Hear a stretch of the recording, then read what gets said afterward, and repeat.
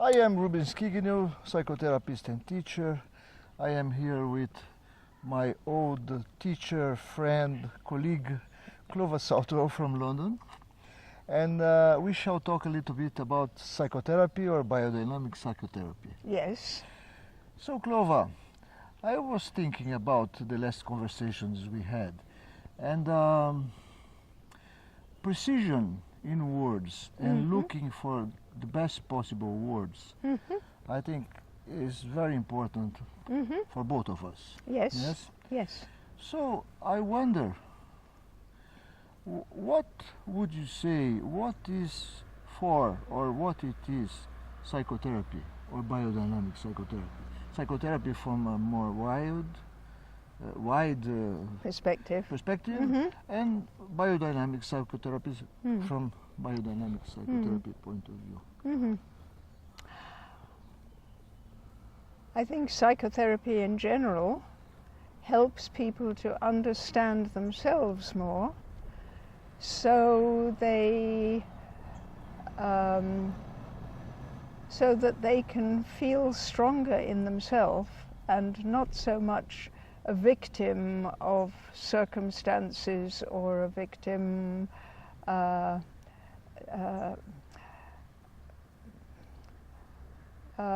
they feel that, I would say, psychotherapy can help people to feel more independent in the world, less dependent on the good opinion of another person, more able to survive the difficult moments,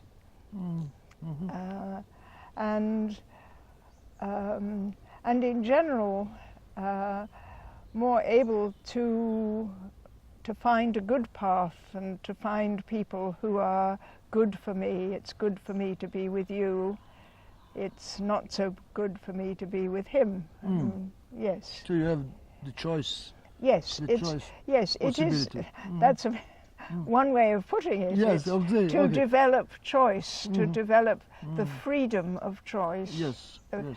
Which is also the freedom to be me as I am, and then from there I can better accept you as you are. Yes, yes. So as long as you are more settled down in what you are, yes, the world might become easier to be. Yes, yes, yes. It's easier to be me, and it's easier to be me with everyone else. And we will not be dependent on the others being like us, for example, like the same as us. Yes, Yeah. yes, Okay. yes. Okay.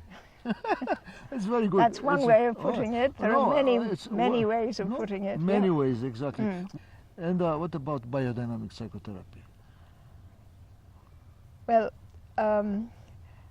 we recognize all the time that the thoughts in your mind, the feelings that you have, are always connected with experiences that you have made in your body.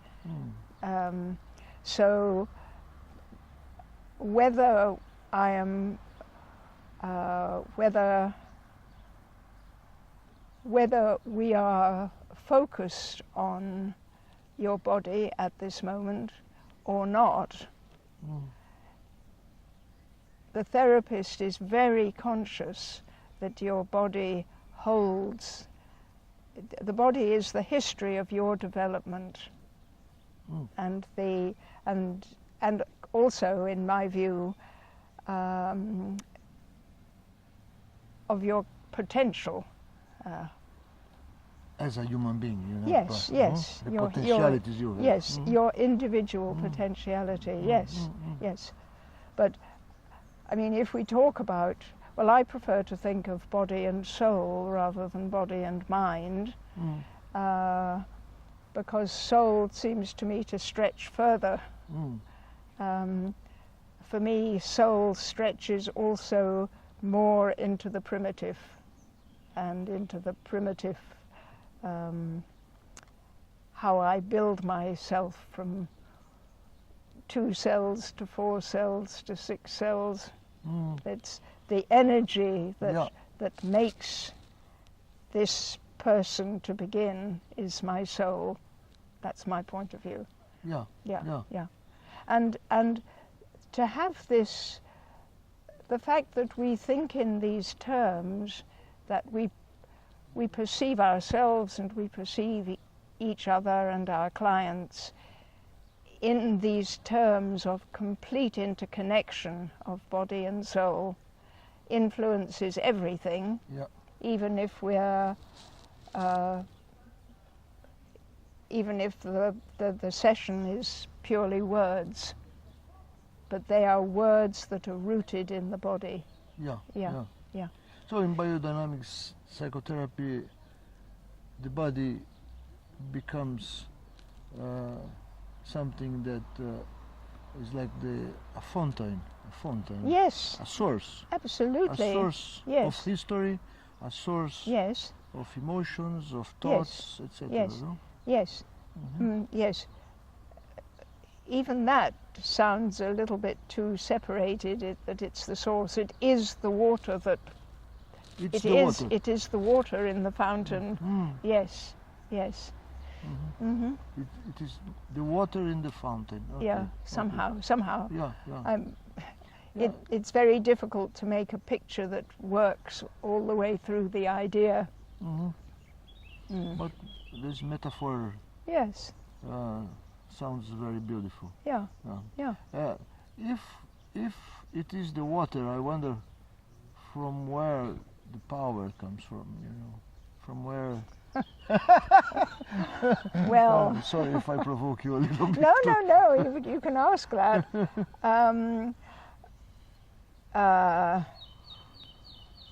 But I mean, in my idea is that each soul has an enormous power. Yes. An enormous power. But where that comes from, I would not like to say.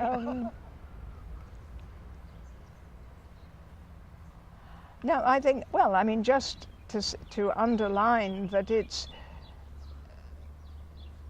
we know this through our training and through our experience, but we know it in our experience right now.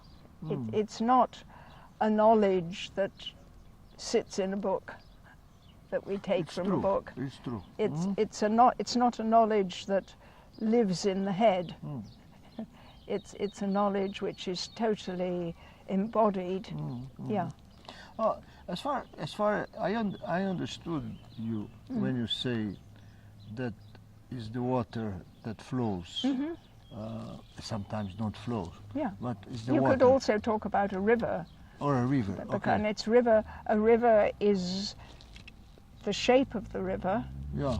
The banks and the bottom, and it's also the river that flows or that stagnates. Yeah. Also. Yeah. And have accidents and everything. Sure. But the point from where the river starts, or from where the fountain starts, or the source starts. Yes.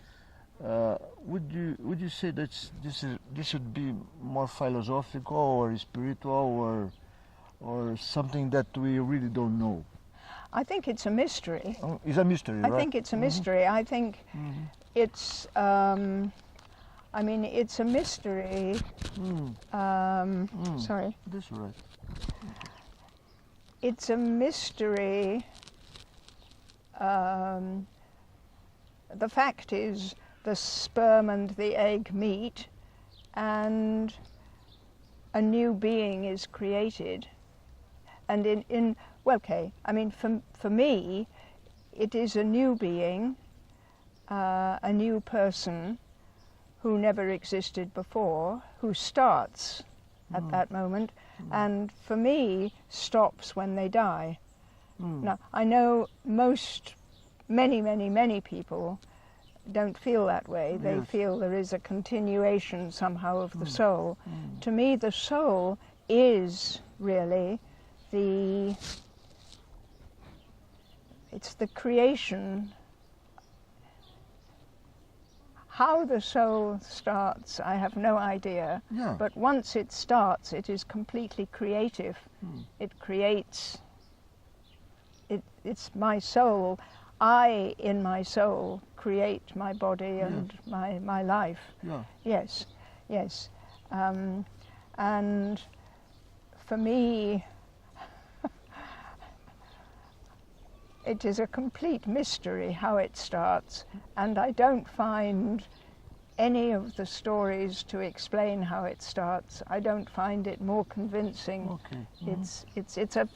It's a wonderful mystery. Yes. And for me, it makes life more precious that mysteriously I start, and it's quite clear how I stop. For me, it's quite clear. Because I no longer can organize myself.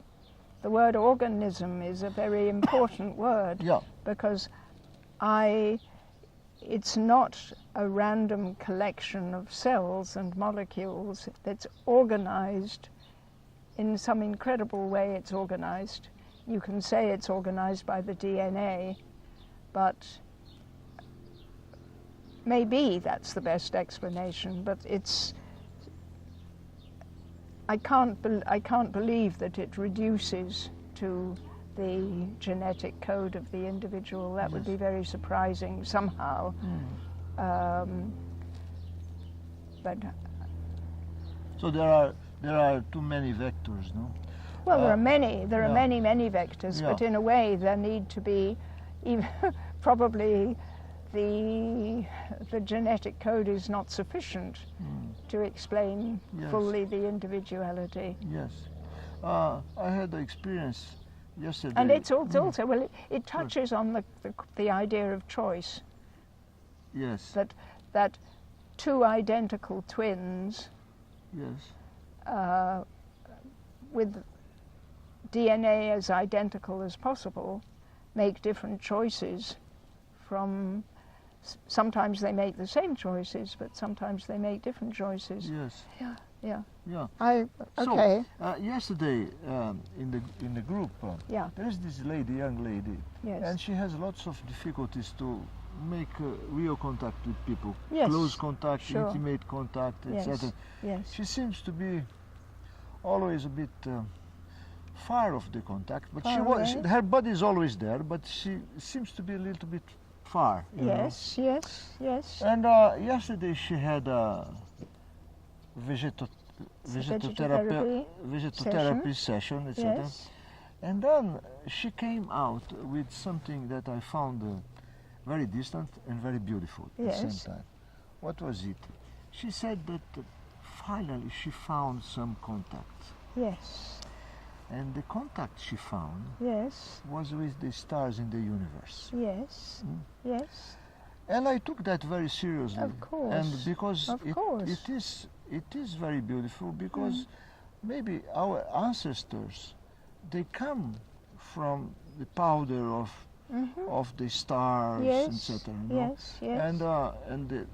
And the planet was formed by those stars, and then there was all the chemical thing, etc.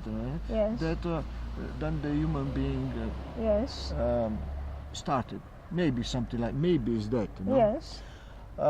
So I told her, look, maybe first time you are contacting your ancestors, and that bit by bit we are going to come down, and maybe here on earth there are closer things that might make sense to you. Yeah, sure. Yeah. Does it make sense for you, that? How do you... Well, what makes the most sense for me was that when she brought that, when she told the group that she made contact with the stars, that you recognized how profoundly important it was for her that she said that. That for her it's a very, very profound experience. And for me that is